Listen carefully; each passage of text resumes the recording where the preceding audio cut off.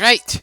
Here we are. While I can certainly say I can see why Square Enix was slow in releasing this game to Western audiences, it was still worth going through at least once. There's plenty of fun to be had in this game, that's for sure. I just can't honestly say that the frustrations in it are worth slogging through.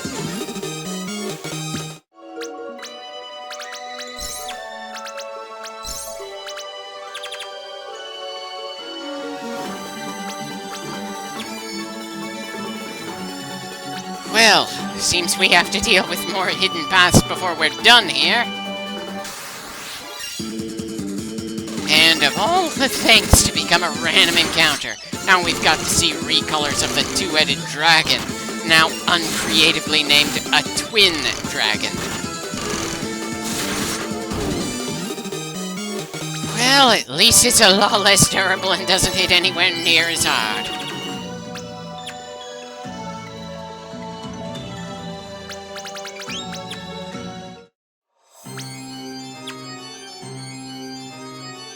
And there she is, the Cloud of Darkness, though she seems to be the only source of light in this room, so maybe she needs a different name.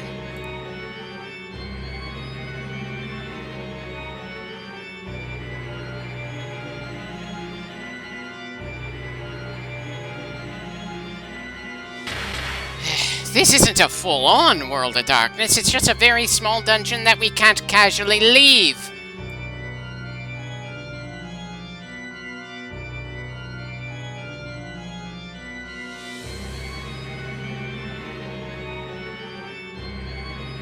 Yeah.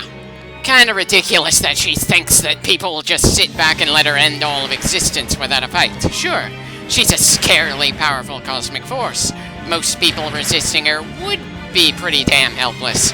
Still, why act in any way surprised that anyone who managed to reach this place would not be the type to lay down and die? Especially people who've been empowered by cosmic objects like the crystals. And while I'm at it, why is it that the Cloud of Darkness refers to herself in the plural?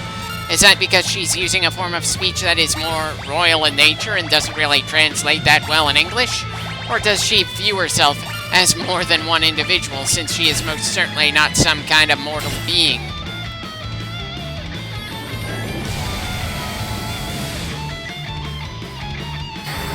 Okay, the particle attack is certainly rather survivable now that she no longer has the dark crystals to draw energy from. I really wish we got to see the Warriors of Darkness do something other than just walk into the fire she appeared to seem like in the overworld. She certainly doesn't seem to be all that fiery now that we're seeing her in the battle screen at any rate.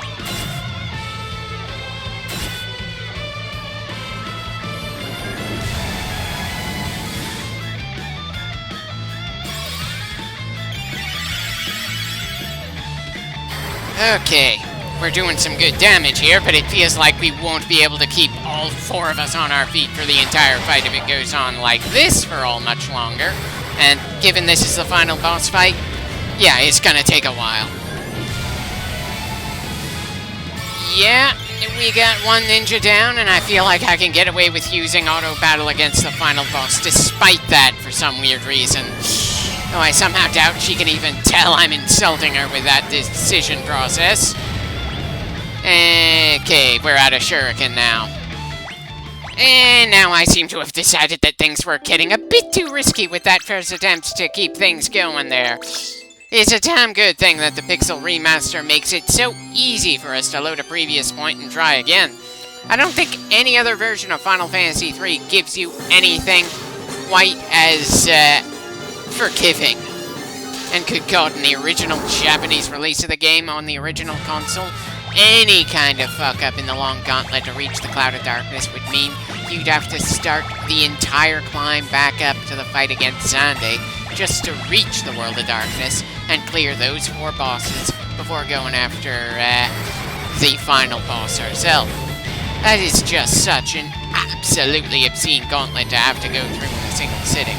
Even for a child with no obligations in life just yet, and the freedom to play for hours without end after school is over. That is just an absolute drain of time. And that was apparently not the sort of thing they felt like changing for the better in the three-dimensional remake. Hell, the 3D remake's version of quick saving is the sort of thing where if you load your save, you lose the save. And the auto-saves, well, if you get beaten, you can't load it back. At least in the Pixel remaster, there's more of a frickin' safety net, but the 3D remake doesn't allow for safety nets at all, as far as I can tell. And considering the fact that the entire point of that remake was to try to bring an old game to a wider audience, it's more than a little annoying that they didn't even consider making the final stretch, the portion of the game that absolutely everyone feels is the worst part of it all, something more tolerable. I'm not asking for the game to become something easier overall, or for the story to be outright rewritten. Just something. Add something to help prevent the player from having to go through over an hour of gameplay all over again. I don't think that's unreasonable to ask for.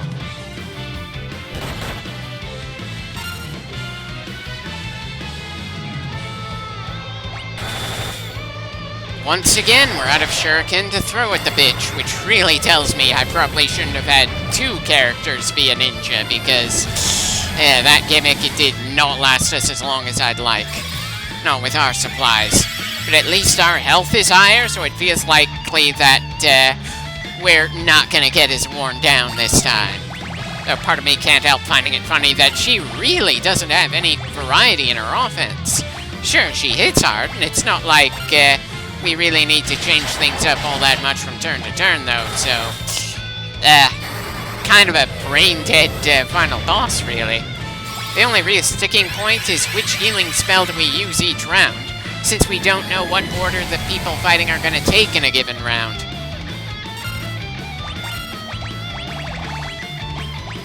Will this fight end before we run out of flares to shoot at her? Again, we've got absolutely no clue how much abuse she can take before this is all over. So no matter what, the ending is going to feel abrupt, no matter how long it actually takes.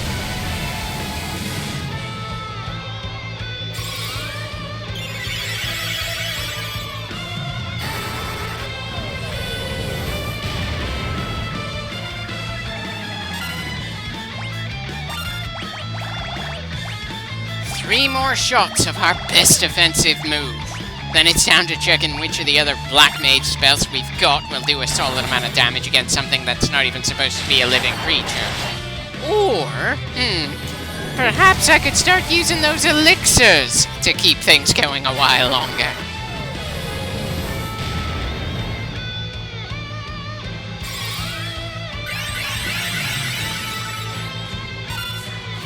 Well, we're certainly fighting better the second time around than the first. That's got to mean something. Sure, we didn't get outright killed the first time, but it felt pretty likely with how I was handling things there, so...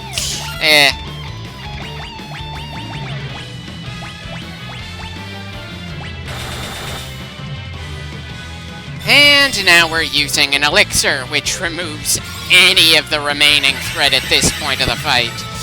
Good to know that I'm not just gonna sit on those for the sake of keeping things challenging, considering how many elixirs we've stockpiled over the course of the game. Though I doubt we're going to need to use all of them, there's no way this fight is gonna last quite that long with the damage numbers we're throwing around.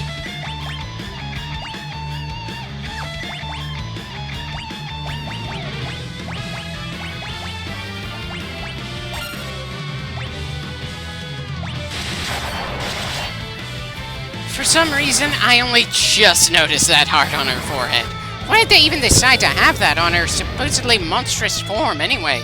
Certainly doesn't feel like it fits with any kind of theme going on here.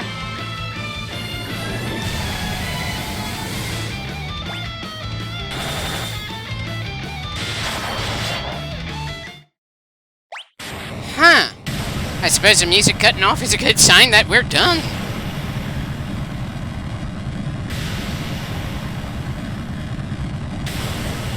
Her fading away certainly seems to be more dramatic than any other monster deaths over the course of the game as well. Understandable, this is the absolute last time we're going to need to fight anything in this game. And outside of the battle screen, that was a nice explosion effect as well. Whew,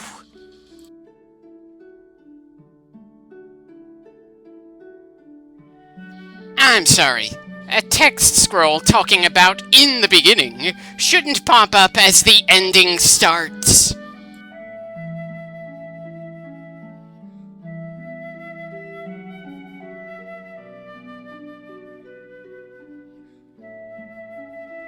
If the main point of this story is supposed to be hope, then I'm sorry to say that the writing isn't quite good enough to pull it off.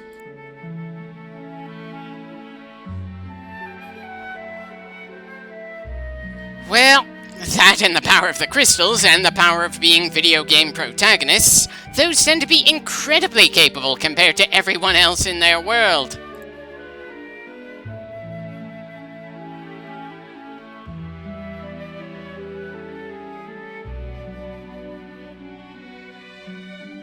Well, I certainly did try to look for hope, but all I could find was this odd blue ring and a blue lantern.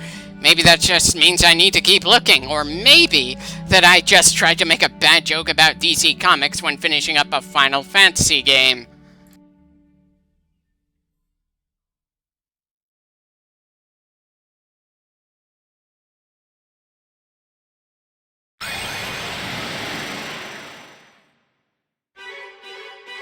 And great, now I'm definitely wishing I kept Carmine and Brett different classes so it'd be easier to differentiate between the two of them in the final cutscene.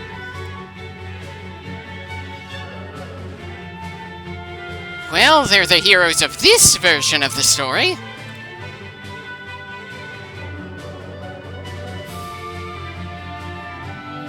Considering the fact that you're all blank slates, I don't think going home is going to be all that impactful, really.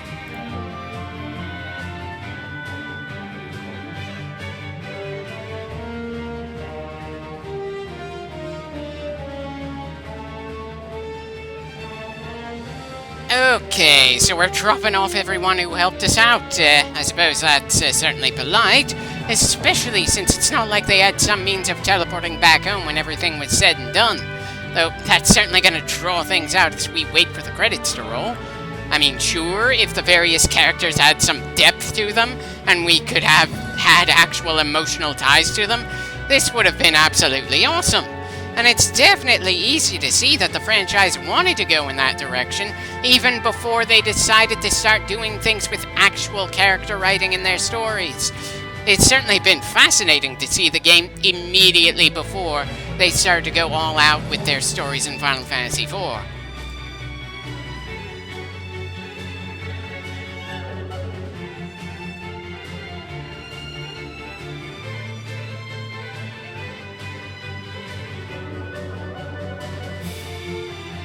Huh. So one of the guards in the throne room is missing. I guess he figured he could get away with taking a bathroom break when the king wasn't even in here. Or maybe the game just has a limit on how many sprites can be on screen in a cutscene.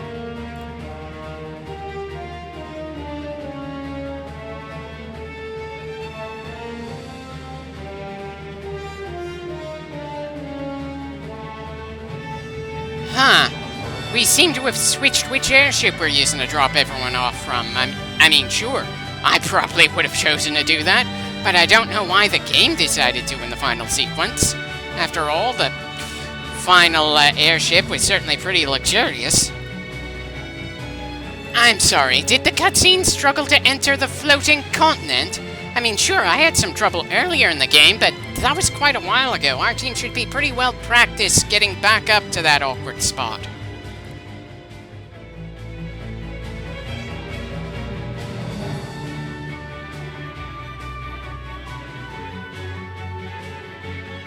Well, at least Desh is remembering his girlfriend. She's certainly been left crying about him for an obscene amount of time. Probably not helped by the fact that I tried to at one point tell her that we thought he was dead, and the game certainly didn't give any hints he survived until he was teleported in to deal with a dragon in the Crystal Tower.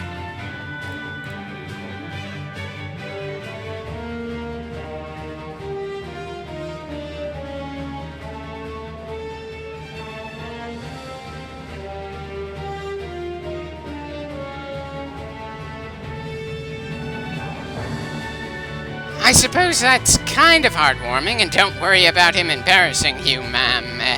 It's not like the graphics around here allow for people to actually be hugged or kissed.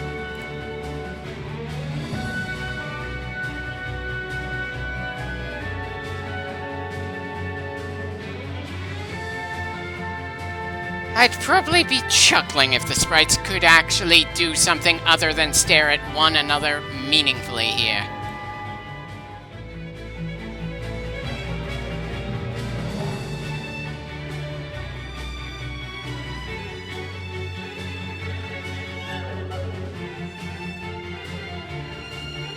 Don't worry, Selena. We're moving on from this version of the world. Your boyfriend will have no excuse to leave again.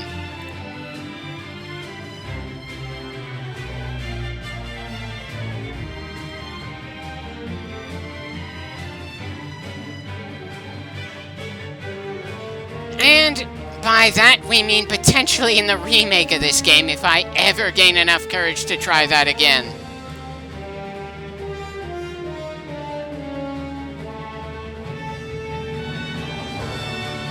Really wish the game did more with Princess Sarah if she's supposed to have more of a connection with at least one of the heroes.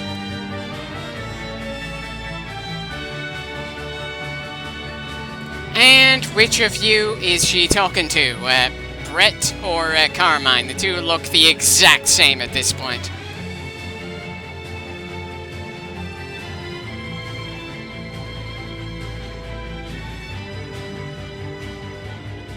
Well, looks like the princess got a royal welcome to the small town.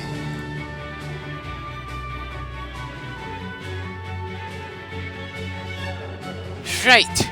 Good to remember that this was a 4-person team instead of just Carmine's adventure.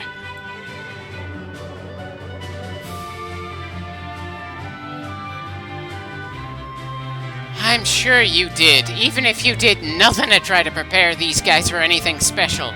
You just told me to follow their destiny the moment after they found the first crystal by accident.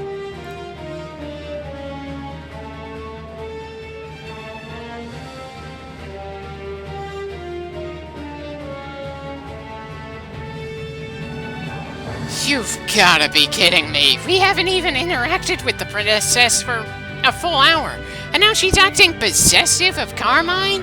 At least I think that's Carmine and not Brett.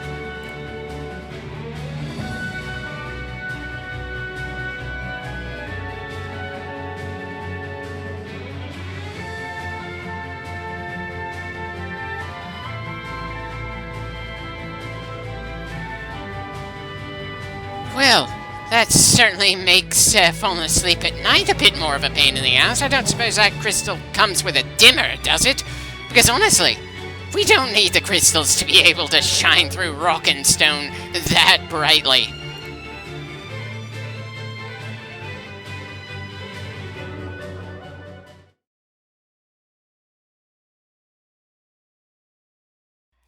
And that does it. All that's left is the credits. Definitely felt like a fun ride to get here, but again, this is not a game that I'm likely to replay all that often in my own time.